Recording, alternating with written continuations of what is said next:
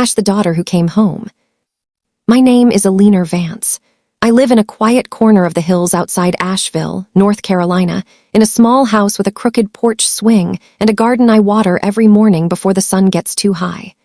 The neighbors wave when they pass, they smile. They tell me I have a peaceful life. I smile back. I let them believe it. I don't tell them about the years that nearly broke me, or about the ache that still lives quietly under my ribs. There was a time when my whole world was lit up by one name, Clara, my daughter, the girl I raised with everything I had, every ounce of love and hope I could give. The day she was born, the entire hospital room seemed to fill with light. Her first cry sounded like music to me. I remember holding her tiny fingers and whispering a promise that I would keep her safe from every hard thing this world could throw at her. My husband, Thomas, stood beside me with tears in his eyes, and for a moment, nothing else in the world existed. We built a home together, the three of us, full of laughter and small chaos. I took extra shifts at the textile plant so Clara would never go without new shoes, warm coats, a full plate at dinner. I didn't need anything in return, just her laugh, just the way she'd run to the door when I came home. As she grew, our house was never quiet. She chased fireflies in the backyard, drew crayon flowers on the hallway walls that I never had the heart to paint over, filled every evening with noise and questions. I read to her every night. I taught her to tell the truth, to stay humble, to believe that kindness always finds its way back to you. She looked at me like I held the whole world in my hands. I never imagined that look would one day turn into something else, into distance, into silence, into questions I would spend years trying to answer. By the time Clara reached high school, I could feel her slipping. She started coming home late, spending her afternoons with a new crowd, kids who laughed too loud and cared too little. I tried to reel her back gently, reminding her who she was. She'd nod, then vanish for hours. Thomas worried more than I let myself admit. "We're losing her," he'd say quietly at night. I kept believing love would be enough to pull her back. I didn't see the shadow growing behind her smile. I kept trusting, kept ignoring the small warnings, while the girl I'd raised with so much pride wandered further down a road I couldn't follow. Then came college in Atlanta. The calls grew rare. I'd catch myself standing near the phone, pretending I wasn't waiting for it to ring, while Thomas kept himself busy fixing things around the house that didn't need fixing. One night he said softly, "She doesn't need us anymore." I held him and whispered, "She'll come back." But the days turned into months, and the silence settled into every room of our home like dust. I worked harder. I sent money whenever she asked, never questioning where it went, believing that helping her was the only thread still connecting us. Then the phone call came, Atlanta police. Clara had been caught in a fight outside a nightclub with people I'd never heard of. My hands shook so badly I could barely hold the phone. I drove through the night to reach her. When I found her sitting there, bruised and exhausted, the pain that hit me went deeper than any words could reach. I wrapped my arms around her, but she didn't hug me back. She just said, "You didn't have to come." No warmth, no apology in her voice.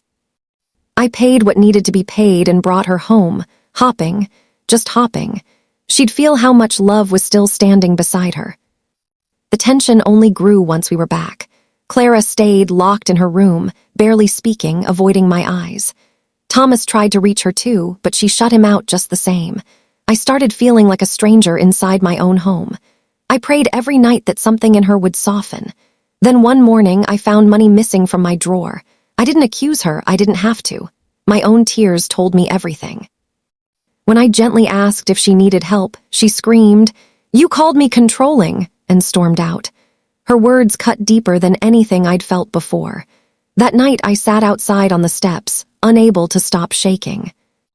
Not long after, Clara left without warning. She left a short note on the kitchen table, "Don't worry about me. I'll handle my own life." I held that note like it still carried the warmth of her hands. I walked through her empty room, looking at old photographs, asking myself over and over where I had gone wrong.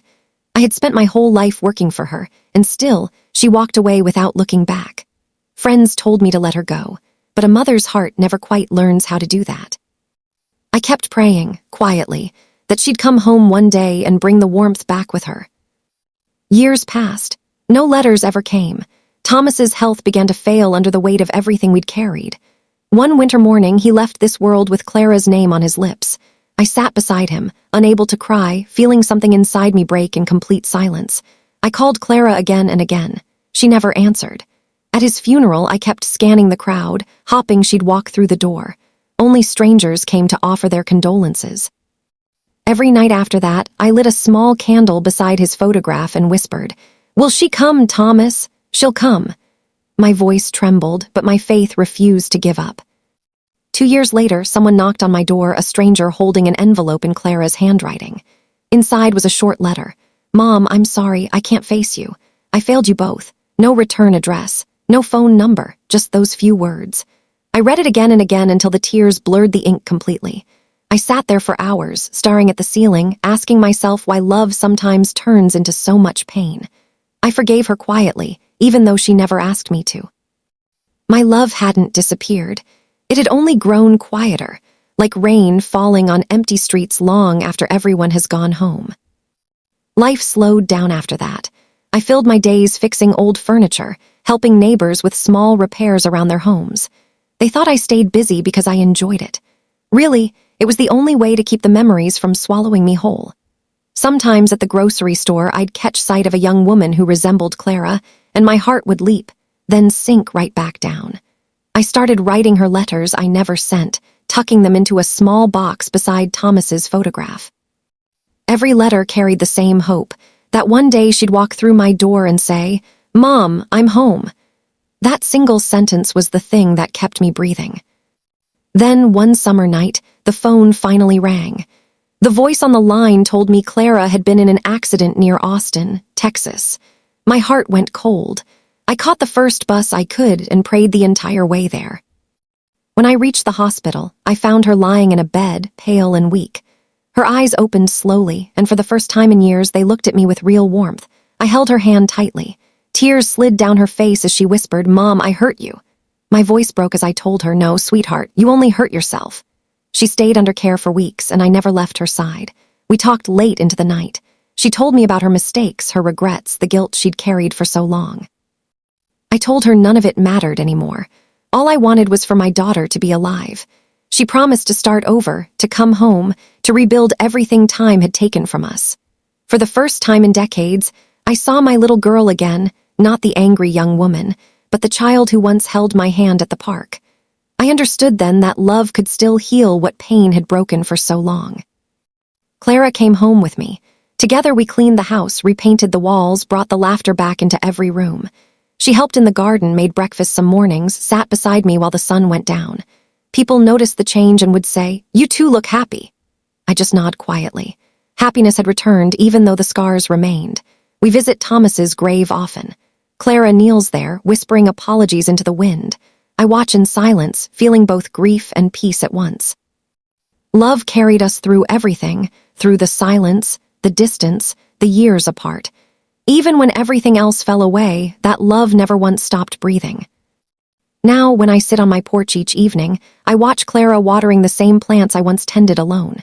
Sometimes she looks up and smiles softly at me. I still see guilt in her eyes, but I see love there too. I never remind her of the pain she caused me. I only remind her of the forgiveness that saved us both. My heart still feels heavy some days, but it also feels full. I used to think she was my greatest sorrow.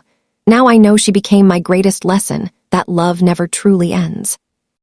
It only waits, patiently, until two hearts find their way back home.